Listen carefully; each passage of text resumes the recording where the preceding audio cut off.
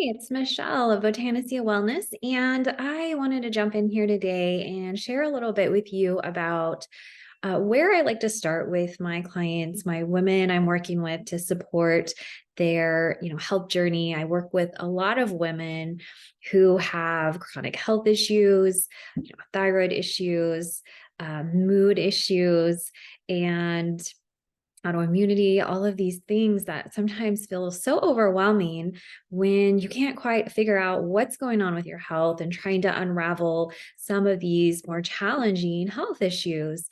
And so I like to talk to women a lot about just kind of where to start with figuring out these more maybe complex health issues that they're dealing with. And I like to talk about that because they see that there's so much information out there. It gets to be really confusing. One person saying do this, another person saying do that. And there's a lot of things you can and maybe even should be focusing on, but it can be really overwhelming. And then that gets to be discouraging, especially if, what you're doing doesn't really seem to be moving the needle. Well, I want to talk to you about where I actually start with basically every client I work with and every woman who, who comes to me for support. And what I like to start with is first assessing neurotransmitters and really just working with their mood. And the reason I start here is because I have found that, our mood plays a big role in our ability to do all of the things that we need and want to do to live our best life, to feel healthy, to be engaged and really moving forward. And so when we feel anxious or depressed or overwhelmed, then a lot of times we just don't have the energy, the mental capacity to really shift the things we need to do in order to feel better. And so it's one of the reasons why I start by really kind of supporting that mood. And when I say mood, what I'm really talking about is supporting neurotransmitters. What I find is that especially women who have been dealing with kind of those chronic health issues for a long time, they often have low neurotransmitters that are playing a role in their mood and not just their mood.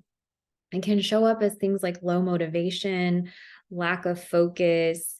It also shows up in things like feeling like, that imposter syndrome or in eating challenges. So craving carbs in the afternoon or my clients with eating disorders that I've worked with in the past. I always look at neurotransmitters because a lot of times these neurotransmitters like serotonin, GABA, dopamine, they're actually really running the show in terms of some of these behaviors that we really don't like about ourselves, like really like, reaching for food when we for comfort, when we don't really want to be eating. And so if we work with supporting neurotransmitters, we can shift some of these behaviors and thought patterns and, things like lack of motivation, lack of focus. And then we have that mental energy, that mental capacity to do the things we want to do, right? So if you want to work out or just take a walk, but you don't have not just the physical energy, but the mental energy, the motivation, right? It's so hard to take the next step and do the right thing. And so this is why I really like to talk about neurotransmitter support and start here with women. So I give my clients an assessment. I start by looking at 4 neurotransmitter systems. I look at dopamine, endorphins, I look at GABA and serotonin. And it's interesting, each of these neurotransmitter systems, they show up a little bit differently in terms of, when we're low in these neurotransmitters, the symptoms that we might have. So again, like for low serotonin, that's where I tend to see more anxiety, overwhelm, maybe kind of that depressional, seasonal depression can be related to low serotonin. So serotonin is made in the gut. So we often see some gut issues with low serotonin. Craving carbs in the afternoon, in the evening, or sugar, that can be a sign of low serotonin symptoms.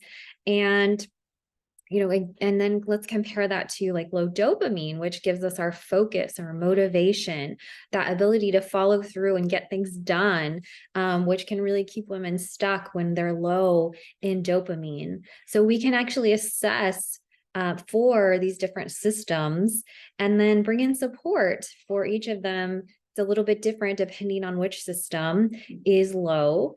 And you can be low in more than one. You can actually be low in all of them. But I like to just go ahead and assess for which neurotransmitter systems are low. And then we can bring in support for that. We can bring in some supplement support, and then also looking a little bit deeper at why neurotransmitters are low in the first place. There can be a number of reasons for that, which we'll talk about another time. But I just wanted to bring this up because, again, I see a lot of women, not really sure where to start with their focus, energy, motivation, and their mood. And to me, when we fix that mood piece, then we have more of that mental capacity and energy to move forward and do all the other things that we need to do, that we want to do to feel well. So if you haven't assessed your neurotransmitter systems, that's something I recommend doing. I have an assessment, a free assessment that I can share with you. And you can take a look at that and look at which of your neurotransmitter systems is likely low based on your particular kind of constellation of symptoms. And then you can start bringing in support for that and get your mood and focus and energy back. And it's a great place to start if you are struggling with your mood, your energy, and you have a lot going on with your health that you need to unravel and you're not sure where to start.